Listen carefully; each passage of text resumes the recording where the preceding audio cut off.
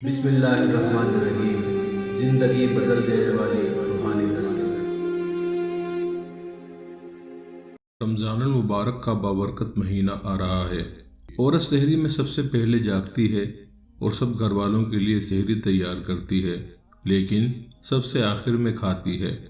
روزہ رکھنے کے بعد دوپہر میں بچوں کو کھانا کھلاتی ہے، پھر 4 بجے کے بعد سے افطاری تک اپنے خاندان والوں کے لیے افطاری تیار کرنے میں لگ جاتی ہے۔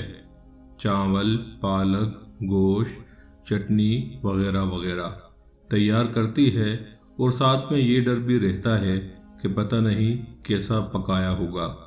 ساس اور سسر کے لیے الگ الگ چیز پکاتی ہے، اور ساتھ ساتھ میں افطاری سے پہلے شوہر کے غصے کو صبر سے جھیلنا بھی پڑتا ہے۔ اس اہم موضوع پر اہم گفتگو چلتی رہے گی۔ اگر آپ ہمارے چینل پر نئے ہیں تو ہمارے چینل کو سبسکرائب کر دیجئے، بیل آئیکن کو ضرور پریس کیجئے تاکہ ہماری ہر نئی آنے والی ویڈیو آپ کو بر وقت حاصل ہو سکے۔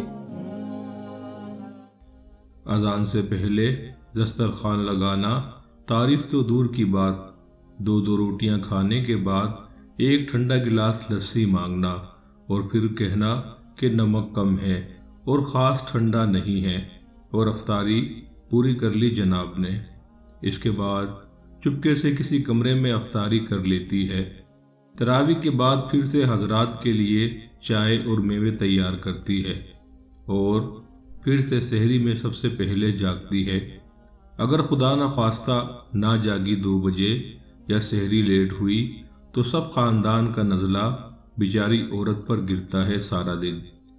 آپ سب سے درخواست ہے، گھر کی ساری عورتیں، خواہ وہ ماں ہو، بیوی ہو، بیٹی ہو یا بہن ہو یا کوئی اور رشتہ، ان کا لازمی خیال رکھنا چاہیے۔